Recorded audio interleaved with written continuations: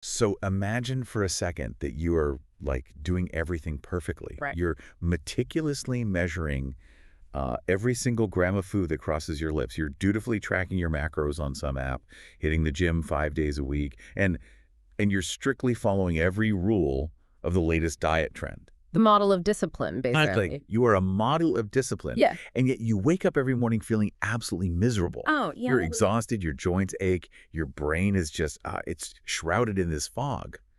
And then you step on the scale, and you find you're somehow further away from your health goals than when you literally started. It's a profoundly isolating experience. And yet, I mean, it is entirely ubiquitous. Yeah. Millions of people are walking around right now carrying this immense quiet guilt. They feel like they're inherently flawed, like they are failing at dieting, failing at health. Which is just so unfair. It really is. But the foundational premise we're examining today completely flips that narrative. You aren't failing the diet. The concept of the universal diet is fundamentally failing you. Yeah, because it wasn't made for you. Exactly, because it was designed for a theoretical machine, not for your specific biology. Right, right. We treat dietary protocols like they're these mandatory one-size-fits-all uniforms. It's this incredibly uncomfortable, restrictive dietary straitjacket that we're just supposed to squeeze ourselves into. Yeah. We ignore our unique shapes, our lifestyles, our ancestral genetics, and we just force it. But the material we're diving into today asks a completely different question. It really does. What if health isn't a straitjacket at all? What if true wellness is supposed to be like a bespoke, tailored suit, custom fit exclusively for you and literally nobody else? That is the exact paradigm shift that anchors this entire discussion. We are taking a comprehensive, really microscopic look at the framework laid out in Certified Integrative Nutrition Health Coach, 2nd edition by Sheila Arnold. Yeah. She holds a Master of Human Services and is an integrative nutrition health coach. And her work completely dismantles this archaic idea that a single nutritional equation can solve every human puzzle. And we are going to get incredibly specific today. We aren't just talking in, vague wellness platitudes. No, not at all. We're going to explore the biological reality of something called bioindividuality. We're going to dissect the modern grocery store, which, spoiler alert, is essentially a trap designed by food engineers. A literal battlefield. Oh, totally. And we'll teach you how to escape it. We're going to completely redefine what the word food even means, like expanding it to include your career, your relationships, and your spirituality. Which is huge. Yeah. And most importantly, we're going to give you a day-by-day actionable blueprint to actually build that tailored suit. So let's start with the cornerstone of Arnold's entire philosophy, bioindividuality. Okay, let's do it. It sounds like a complex piece of scientific jargon, but it's actually a very intuitive yet revolutionary concept. It basically posits that no single diet, no single lifestyle, and no single set of macros will work for everyone. Right.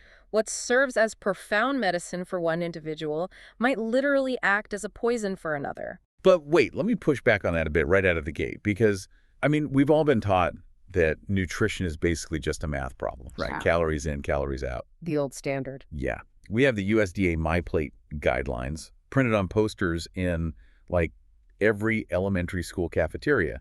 It's a plate neatly divided into fruits, vegetables, grains, and proteins with a little cup of dairy on the side. Right. It implies this sort of universality to human digestion. So are you saying that math is just wrong? I'm saying that the human body is not a bomb calorimeter. The USDA MyPlate is essentially a quantitative mechanical tool. Okay. It focuses almost exclusively on portion sizes and generalized recommendations based on caloric intake. It views the human body as a combustion engine that just requires a specific volume of fuel. Just put the gas in and go. Exactly. But human digestion and metabolism are deeply driven by endocrinology, by hormones. And your hormones are dictated by your unique genetics, the specific environment you live in, the traumas you've endured, and your daily stress levels. So, like, a calorie of kale eaten by a stressed person does not metabolize the same way as a calorie of kale eaten by a relaxed person. Precisely. And this is where Arnold introduces the integrative nutrition plate, often referred to as the IIN plate. Okay, how's that different? It fundamentally contrasts with the USDA model. The IIN plate does have a section for food emphasizing organic, local produce, but the crucial difference is that the food section is completely surrounded by lifestyle factors. Oh, interesting. Yeah, it treats health as an intricate, holistic puzzle. It visually represents the biological fact that you do not live in a vacuum. It makes me think of an analogy with cars. Okay, let's hear it. So if you buy a brand new electric vehicle, you don't pull up to the gas station and pump diesel fuel into it just because diesel is a quote-unquote fuel, right? Yeah. You'd completely destroy the engine. Oh, absolutely. You have a high-performance sports car, it needs high-octane fuel. You have a massive tractor, it needs diesel.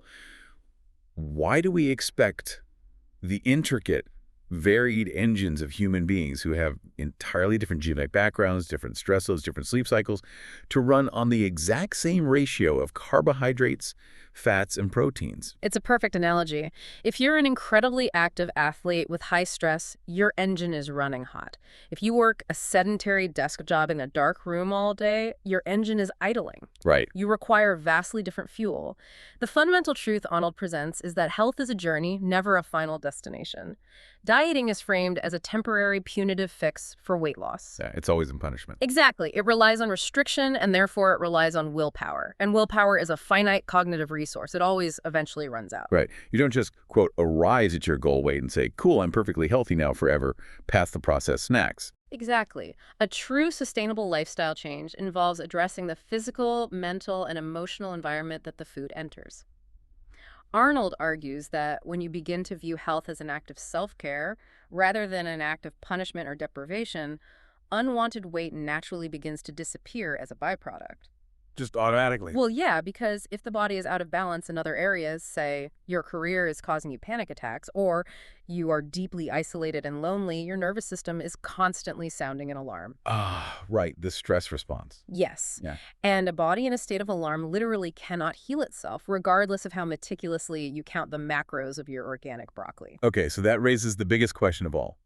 If the actual physical food is only one small piece of this IN plate, what makes up the rest of it? The lifestyle factors. Right, like what are the missing pieces of the puzzle that actually allow the broccoli to do its job? That brings us to what is arguably the most vital concept in Arnold's entire framework, the concept of primary foods. Primary foods, which is a bit of a trick, right? Because they aren't actually things you can eat. No, they are not. In the integrative nutrition framework, physical food, the stuff you chew, swallow, and digest, is actually classified as secondary food. Secondary, so the literal food on my plate takes a backseat. Biologically speaking, yes. Primary foods are the non-food components of your life that feed your soul, your nervous system, and your overall well-being. Oh, wow.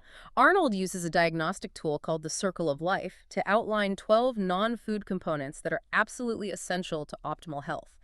These are the foundational pillars. If these pillars are crumbling, the nutritional value of your secondary food is entirely compromised. 12 pillars. Yeah. Let's break down the heavy hitters here because this entirely reframes how we think about wellness. It really does. Number one on her list, very explicitly, is relationships and social life. She emphasizes that family comes first. She talks about spending quality time with your spouse. But the part that really struck me was her very direct advice regarding toxic relationships. Yes, she does not mince words there. She explicitly advises letting go of people who drain your energy. Just cut them loose. Pretty much. If a relationship is a constant source of negativity, and it is not worth fighting to improve or repair, you must cut the cord. And conversely, you have to actively seek out and cultivate relationships with like-minded people. She shares a very simple personal anecdote about having a walking buddy that she meets 5 days a week. But let's dig into the biology of that. Why is a walking buddy a primary food? How does a toxic relationship actually make me physically unhealthy? It all comes down to the gut-brain axis and the autonomic nervous system. Okay, break that down for me. When you are interacting with someone who drains you, or when you're trapped in a toxic interpersonal dynamic, your brain perceives a threat. It doesn't matter if it's a physical predator or emotional manipulation, the brain's response is identical. Fight or flight. Yes. It activates the sympathetic nervous system. Your adrenal glands pump out cortisol and adrenaline. Blood pressure rises. And what happens to digestion when that kicks in? It completely shuts down. Your body thinks it needs to run for its life, so it literally diverts blood flow away from your gastrointestinal tract and shuttles it to your extremities, to your skeletal muscles. Oh, wow. So your stomach just stopped. Exactly. The secretion of digestive enzymes halts. stomach acid production decreases. So if you sit down to eat a beautiful, locally sourced, organic meal after a screaming match with a toxic partner, your digestive system is offline. That is wild. The food sits in your stomach, ferments, and causes massive inflammation. You absorb a fraction of the nutrients. The toxic relationship literally blocked the secondary food. You cannot out-eat a miserable life. That's profound. It is. Okay, let's look at the next pillar, career and finances.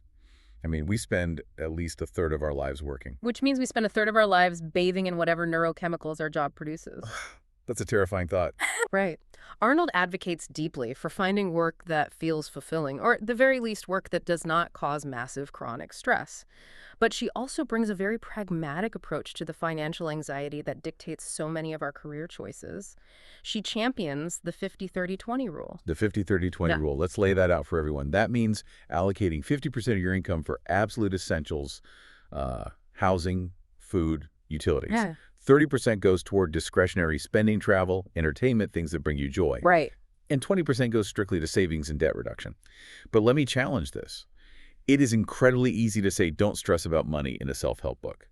But we live in a world with skyrocketing inflation and massive cost of living crises. How is managing a budget a nutritional imperative? It is a nutritional imperative because financial stress is one of the most potent triggers of chronic cortisol release in the modern world. Let's look at the endocrinology of financial anxiety. Yeah. If you are constantly terrified about making rent or paying off a credit card, your cortisol levels remain elevated 24/7. Chronic cortisol signals your liver to constantly dump glucose into your bloodstream to provide energy to fight this invisible financial predator. But you aren't fighting a physical predator, you're just sitting at your desk worrying. Exactly. So that glucose has nowhere to go.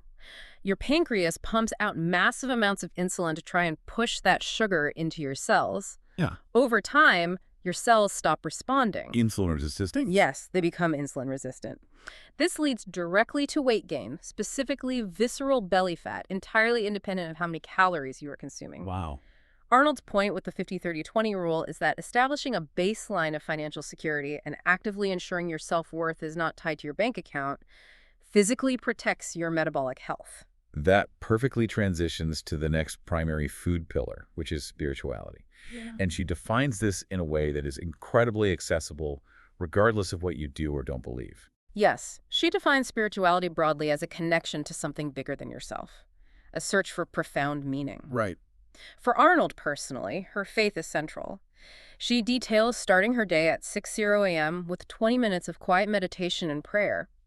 But the biological mechanism of this practice is universal. Right, whether it's prayer or meditation or just sitting quietly watching the sunrise, what is that 20 minutes actually doing to the body? It is acting as a neurological reset button. That deliberate, quiet time at the start of the day shifts the nervous system out of the chaotic sympathetic state and locks it into the parasympathetic state. The rest and digest state. Exactly. It lowers your resting heart rate, reduces systemic inflammation markers, and primes your entire gastrointestinal tract to actually accept and process the nutrients you will consume throughout the day. It sets an anchor of calm that you carry with you. And speaking of where we spend our time, we have to talk about the pillar of environment and home.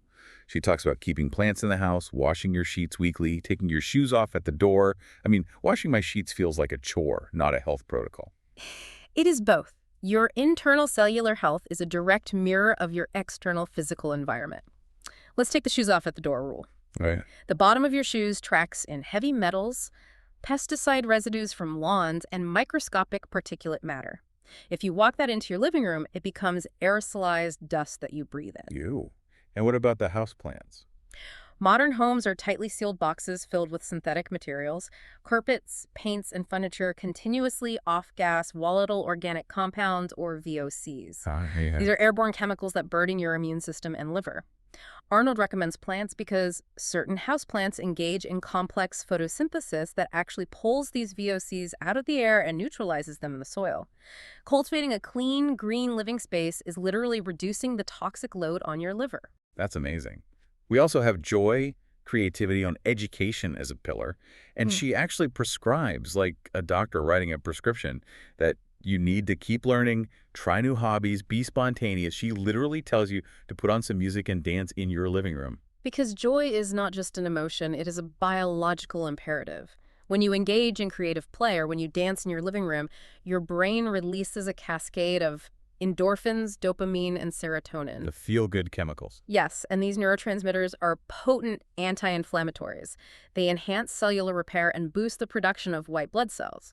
Joy actively fortifies your immune system. And rounding out the major pillars is physical activity. But she isn't advocating for brutal, punishing workouts where you, like, flip tires until you throw up. No, she focuses on manageable, consistent movement, at least 30 minutes of daily activity. It can be as simple as deliberately parking at the furthest end of the grocery store lot or utilizing free Silver Sneakers gym memberships if you are over 65, and then just gradually increasing your distance over time. Just keep moving. It's about keeping the lymphatic system, which relies entirely on muscular contraction, to move waste out of the body flowing continuously. So if I sit down and eat a perfectly clean, organic, locally sourced salad, but I am eating it while I'm stressed out of my mind, answering aggressive emails from a boss I despise, sitting in a messy house. Yep. My body isn't actually getting the benefit of that food. That is functionally scientifically correct. You have to balance the circle of life. You must prioritize your primary foods because they build the biological foundation that allows the secondary foods to actually nourish you. Okay, so let's assume we're doing the work. We're managing our stress, we're meditating, we are cultivating good relationships. Now we actually have to acquire the secondary food. Right. Time to shop. We have to brave the grocery store. And the source material frames the modern supermarket as an absolute battlefield between real, nourishing food and highly engineered industrial food. Battlefield is the appropriate term. A modern grocery store is not a benign warehouse of food. It is a highly engineered, psychologically manipulative environment designed to maximize profit, not human health. Completely. Arnold gives a very clear, uncompromising directive on how to survive this environment. You must strictly stay on the outer perimeter of the store. The perimeter, that's where the produce, the fresh meats, the eggs, and the dairy are usually located. It's the fresh ring around the edges. Correct. The entire center of the store, those long, endless aisles, is where you find the packaged, highly refined industrial foods. The boxed stuff. Exactly. These are products constructed by food scientists. They're designed for infinite shelf life and engineered to be hyper-palatable. They are chemically formulated to bypass your brain's natural satiety signals so you never feel full. It's exactly like a casino. I've always thought this. The grocery store is designed just like a Vegas casino. Oh, that's a great comparison. Yeah, they draw you into the center with bright neon packaging, flashy marketing, and engineered foods that spike your dopamine receptors just like a slot machine. Meanwhile, the actual payoff, the fresh, life-giving whole foods, are hidden quietly on the edges. It's an incredibly apt metaphor, and when you are walking that perimeter, particularly in the produce section, you are immediately confronted with the massive debate between organic and conventional farming, and Arnold dives very deeply into this. Let's get into the granular details here, because the immediate pushback I hear, and I have felt myself, is that buying organic is a massive privilege. It can be, yeah. It is noticeably more expensive. If someone is already struggling with the 50-30-20 financial rule, is an $8 carton of organic strawberries really a necessity, or is it just clever marketing? What is the actual biological difference? It is not just marketing. The biological difference is profound. Conventional agriculture, which we should really call industrial agriculture, relies heavily on chemical warfare. Chemical warfare. Really, it does. It uses synthetic insecticides, herbicides, fungicides, and often utilizes GMOs, genetically modified organisms that are engineered to withstand being drenched in these chemicals. Right. Organic agriculture, legally, prohibits the use of all synthetic chemicals, GMOs, antibiotics, and artificial growth hormones. It relies on traditional, sustainable crop rotation and natural pest management. But how do I actually know what I'm buying? You look at a shiny red apple in the bin, and it doesn't have a big warning sticker that says sprayed with endocrine disruptors. Actually, it often does have a code right on it. Yep. And Arnold provides a brilliant, highly practical tip for decoding this. Look at the tiny PLU codes on the produce stickers. Oh, the little numbers on the fruit. Exactly. If it is a 5-digit code that starts with the number 9, it is organic. If it is a 4-digit code starting with a 3 or a 4, it is conventionally grown and likely heavily treated. So 9 means fine, and 4 means explore other options. I will absolutely remember that. But what about all the boxes and bags? The marketing is so incredibly deceptive. You walk down an aisle and see the word natural printed in massive green letters with pictures of farms. Natural is perhaps the most insidious, misleading term permitted in the supermarket. As Arnold points out, legally, the term natural generally just means there are no artificial colors or flavors added post-processing. That's it. That's it. Yep. A product labeled natural can absolutely still be grown from GMO seeds, it can be sprayed with pesticides, and it can be loaded with high fructose corn syrup. That feels intentionally deceptive. It requires intense consumer vigilance. You must look for the official USDA organic seal. And even then, you need to understand the legal distinctions. 100% organic means exactly that. Every ingredient qualifies. Okay. But a label that just says organic means only 95% of the ingredients must be organic. And if it says made with organic ingredients, the threshold drops to only 70%. The rest can be conventional. Okay, so let's go back to the produce aisle. Because buying 100% organic for every single item is financially out of reach for a lot of people. Arnold gives us a strategy for prioritizing where to spend that organic budget, right? Yeah. The Dirty Dozen and the Clean 15. Yes. Every year, the Environmental Working Group compiles robust testing data to create these lists. The Dirty Dozen identifies the top 12 fruits and vegetables that carry the heaviest pesticide loads. Right. These are the items where you absolutely must spend the extra money on organic because the conventional versions are heavily contaminated, even after washing. Let's not just list them. Let's talk about why certain foods are so dangerous.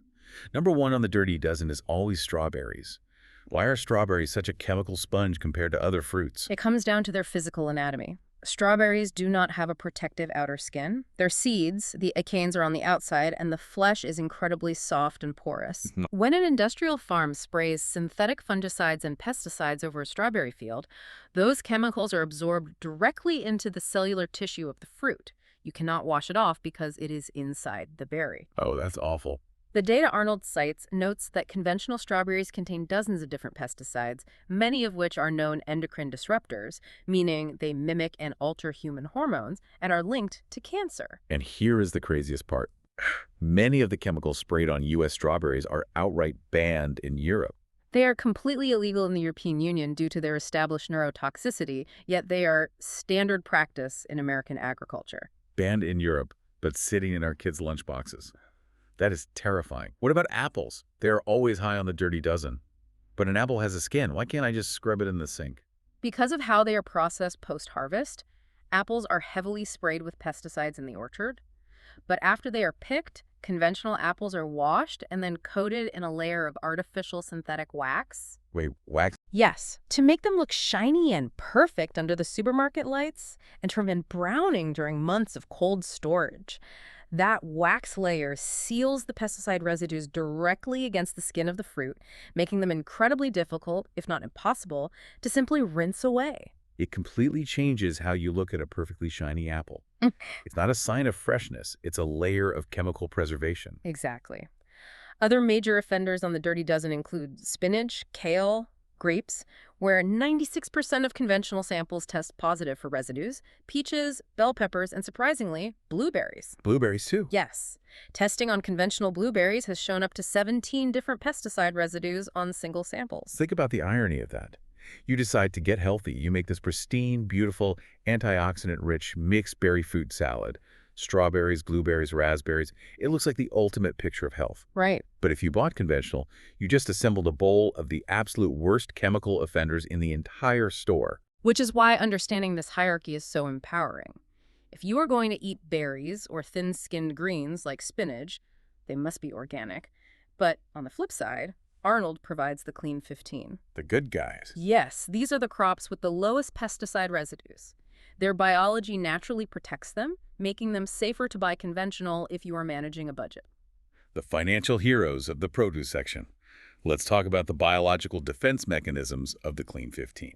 Avocados consistently lead the Clean 15 list. And again, it's about anatomy. An avocado has a thick, leathery, nearly impenetrable outer rind. Right, you don't eat the skin. Exactly. The pesticides sprayed on the tree rarely, if ever, penetrate through to the edible green flesh inside. You peel away the armor, and the food is safe. So if I'm making a huge batch of guacamole for a party, I can save a ton of cash and buy conventional avocados and conventional onions, which are also on the clean list. Exactly. Other items on the Clean 15 include sweet corn, pineapple, papaya, sweet peas, asparagus, and cabbage. They all either have thick protective skins or they grow in a way that minimizes chemical absorption. That's so good to know. Though Arnold adds one crucial caveat for U.S. consumers: a small percentage of sweet corn and papaya in the U.S. is grown from GMO seeds. So if avoiding genetic modification is a priority, you should still seek an organic for those specific two items. That is incredibly actionable advice. But regardless of whether we buy organic or conventional, we still have to wash our produce. We are pulling this stuff out of the dirt, or it's been handled by 20 people in shipping. What is the actual scientifically correct way to clean it? It's interesting because the CDC recommends using only running cold water. They explicitly advise against using any soap or commercial detergent on food, as the porous nature of produce can absorb the soap, which causes gastrointestinal distress. No dish soap on the apples. Got it. However, Arnold shares a method widely utilized in integrative health: a soaking wash made of baking soda and white vinegar. How does that actually work at a chemical level? Is it just making bubbles? No, it's an acid-base reaction that actively degrades surface chemicals. Baking soda is highly alkaline. Many synthetic pesticide compounds are designed to be stable in neutral or slightly acidic environments. Right. When you submerge the produce in a highly alkaline baking soda bath, it chemically degrades and neutralizes certain pesticide molecules on the surface of the skin. The vinegar acts as a mild antibacterial agent. It is a highly effective pre-wash before a final cold water rinse. Okay, so we've survived the perimeter. We've navigated the PLU codes. We've washed our organic kale and baking soda. Now we need to construct our meals. We need to talk about the macronutrients, the fats, carbohydrates, and protein. A big three. And we have to start with fats, because dietary fat has suffered the greatest PR smear campaign in the history of modern nutrition. It truly has. For decades, we were told that eating fat makes you fat, and eating fat causes heart disease. Arnold's framework completely dismantles this fear. Fats are not the enemy, they are biologically essential for human survival. Your brain is composed of nearly 60% fat.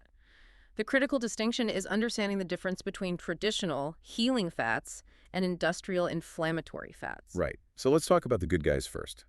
Monounsaturated fats, or MUFAs. Olive oil, avocados, almonds, these are the cornerstones of the Mediterranean diet. Yes, MUFAs are incredibly stable fats that lower oxidized LDL cholesterol and reduce inflammation.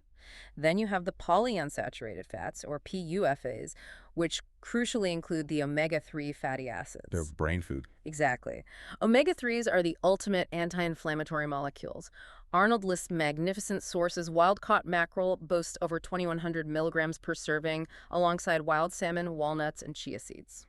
But here's where the text threw me completely off balance. Yeah. The lard revelation. I need you to explain this to me. Yes, lard, rendered pig fat. You were telling me that the bucket of lard my great-grandmother used to keep on her stove is actually biologically better for my cardiovascular system than the highly processed, clear, heart-healthy vegetable oils sitting in modern pantries right now. According to the biochemistry of integrative nutrition, absolutely yes. We have to look at the molecular structure. Lard is a traditional natural fat. Astonishingly, lard consists of 48% monounsaturated fat. 48%. Yes, that profile is second only to olive oil. It contains massive amounts of oleic acid, which is an incredibly flexible molecule that incorporates into your cell membranes, keeping them fluid and responsive to insulin. It naturally lowers triglycerides and raises good HDL cholesterol. That completely flips the script. We were actively told to throw out the lard and buy margarine to save our hearts. And that advice caused immense metabolic damage. Margarine, Crisco, and many commercial clear cooking oils like soybean or canola oil are what we call industrial fats. How are those made? To create these, manufacturers take unstable liquid vegetable oils and put them through a horrifying process. They heat them to extreme temperatures, which immediately oxidizes and acidifies the oil. Then they extract it using petroleum-based chemical solvents like hexane. Hexane, like the chemical. Yes. And to make it solid at room temperature like margarine, they bubble hydrogen gas through it in the presence of heavy metal catalysts. This is called partial hydrogenation. So they are essentially creating a synthetic, plasticized fat in a laboratory. Exactly. This process creates trans fats. And the biological mechanism of trans fats is devastating.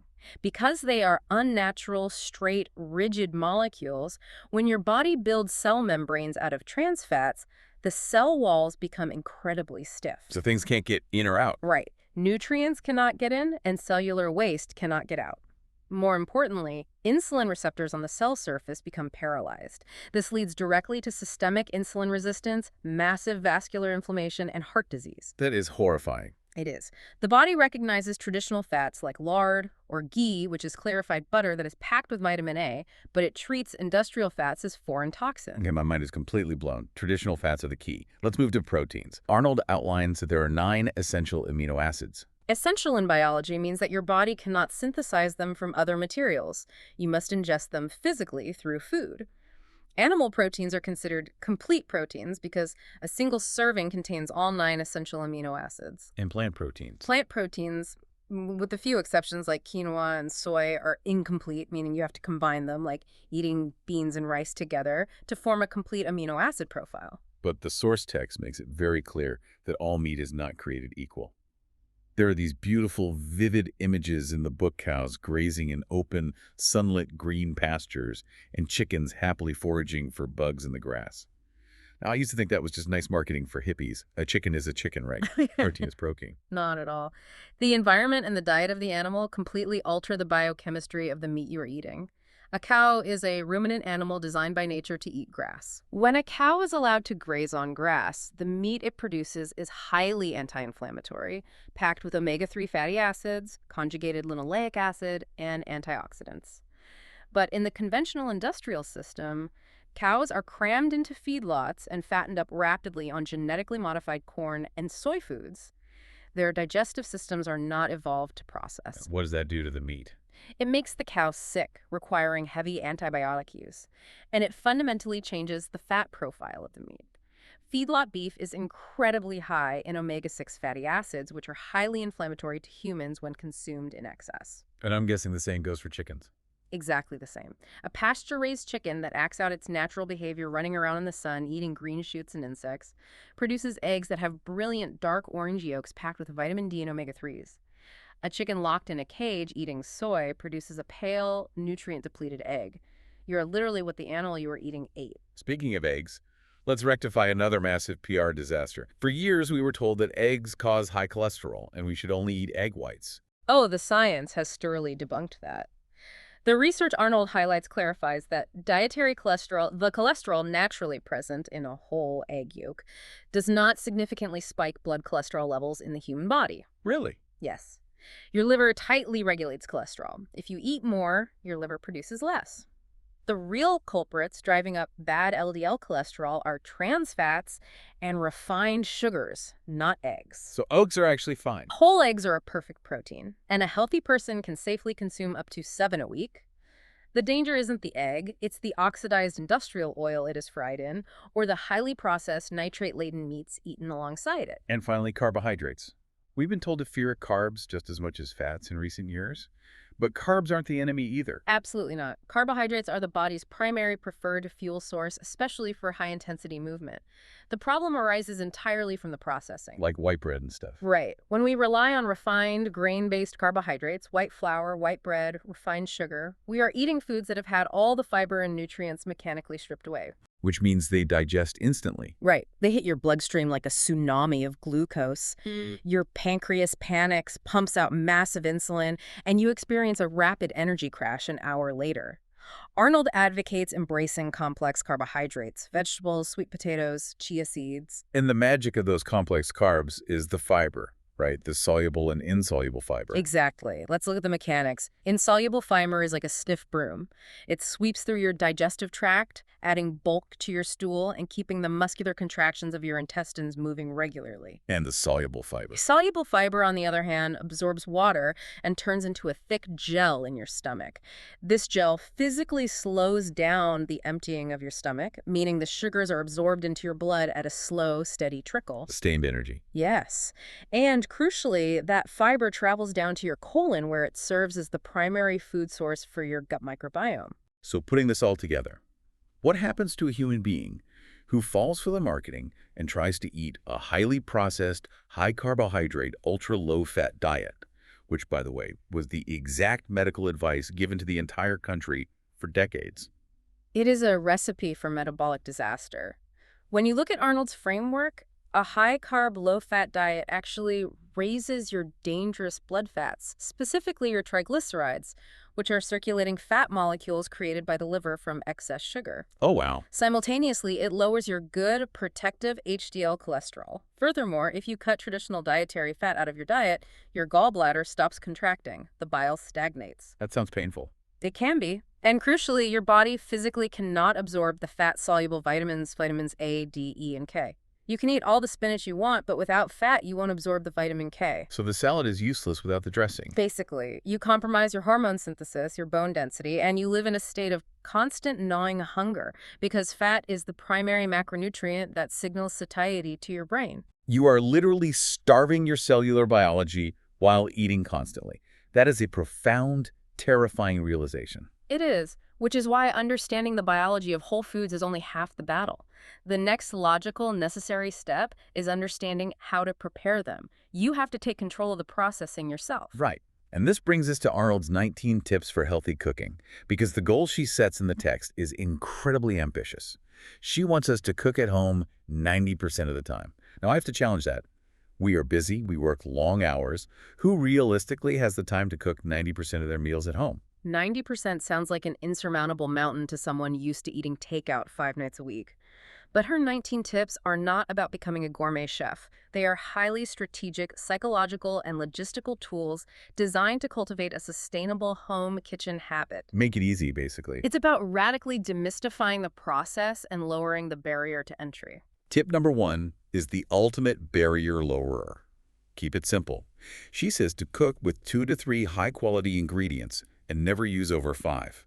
It does not have to be a multi-stage Michelin star production every Tuesday night. Exactly. A piece of baked wild salmon, some steamed broccoli with olive oil, and half a sweet potato. That's 3 ingredients. Simplicity is sustainable. Another crucial tip she provides is the concept of cook once, eat twice. Yes, this is my absolute favorite strategy.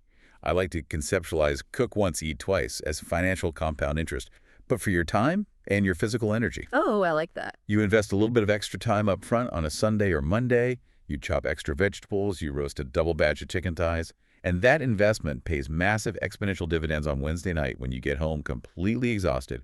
Your willpower is 0, and instead of reaching for the delivery app, you have a beautiful home-cooked, bio-individual meal already waiting in the fridge. That is a brilliant way to frame it. It is a vital meal prep strategy that protects you against decision fatigue. She also provides very tactical, almost foolproof advice, like strictly using a kitchen timer. Because burning food is the worst. Burning a meal doesn't just waste food, it psychologically ruins your confidence in the kitchen. And she offers a fascinating culinary secret. Adding tiny amounts of high-quality salt doesn't just make things taste salty. What does it do? Salt chemically suppresses bitter flavor receptors on the tongue, which inadvertently enhances the natural sweetness and depth of ingredients like vegetables. But the tip that ties this entire philosophy together is tip number 19. Prepare meals with positive energy. She explicitly says to skip the self-criticism if a recipe fails. Mistakes are just discoveries. Now, why is positive energy a nutritional rule? If we connect this right back to the beginning, to our primary foods, cooking at home is not just about controlling the raw ingredients. It is a profound act of self-care. It feeds your joy and home environment pillars. Okay, I see the connection. Think about the biology we discussed earlier. If you are standing in your kitchen, cursing at yourself, stressed out that the chicken is dry, you are activating your sympathetic nervous system. You are flooding your body with cortisol. You're poisoning the food with stress. You are infusing that meal with physiological stress before you even take a bite. Your digestion shuts down. Cooking with positive energy is literally preparing your gastrointestinal tract to absorb the food. And how we physically eat matters just as much as the cooking.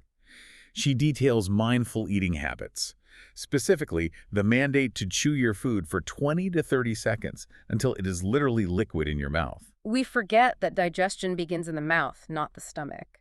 Saliva contains incredibly powerful enzymes, primarily salivary amylase, which immediately begins chemically breaking down complex carbohydrates the second they touch your tongue. Furthermore, the physical act of chewing is mechanical breakdown. Your stomach does not have teeth.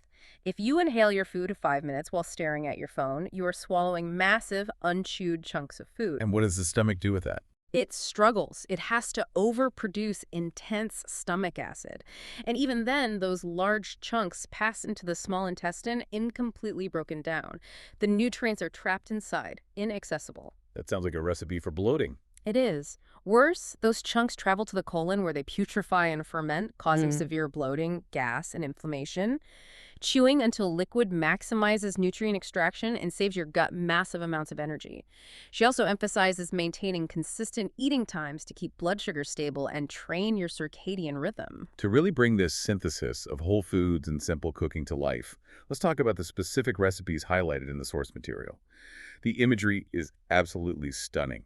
There is this Galician lettuce-wrapped burger. It perfectly illustrates every biological concept we've discussed today. Instead of a highly refined inflammatory carbohydrate bun that spikes blood sugar, it uses crisp, organic Bibb lettuce. The foundation is a grass-fed beef patty, delivering that complete protein and anti-inflammatory omega-3 profile we talked about.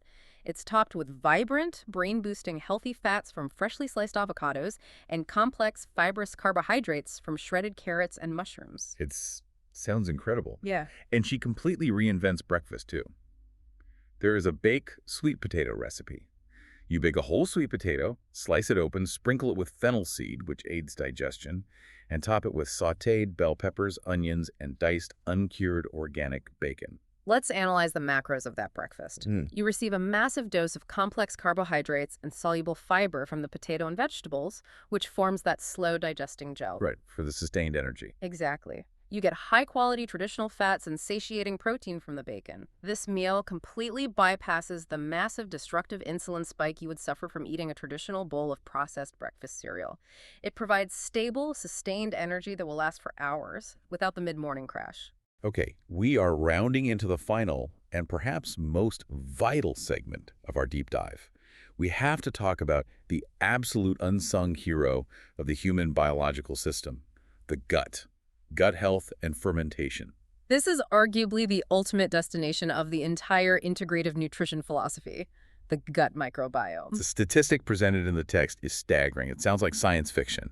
We have more bacteria living inside our gut than we have actual human cells in our entire body. We are basically just walking, talking spaceships for trillions of bacteria. It's entirely true. By cell count, you are more bacteria than human. And these microbes aren't just passively hitching a ride. They're a highly active secondary organ system. What are they actually doing down there? They perform metabolic functions we cannot do ourselves. They synthesize essential vitamins like B12 and vitamin K. They directly control the systemic inflammation cascade, which is a vital piece of knowledge for anyone dealing with chronic joint pain, brain fog, or autoimmune conditions. And most crucially, the gut microbiome is responsible for up to 80% of our total immune function. Wait, pause right there. If 80% of my immune system is physically located in my intestinal tract, does that mean that my recurring winter colds or that lingering fatigue I just can't seem to shake might not be a weak immune system, but actually just a lack of good bacteria, maybe brought on by eating too much processed sugar? That is exactly the biological reality. Yeah. When you consume highly processed sugars and industrial carbohydrates, you are selectively feeding pathogenic or bad bacteria and yeasts like Candida. They thrive on sugar. And they take over. Exactly.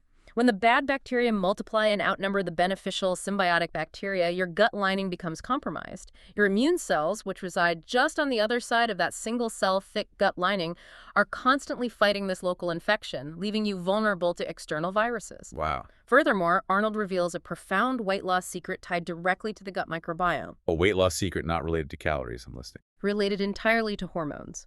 Your gut bacteria are deeply involved in endocrinology.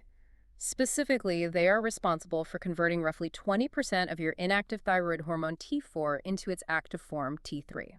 And thyroid hormones dictate our metabolic rate.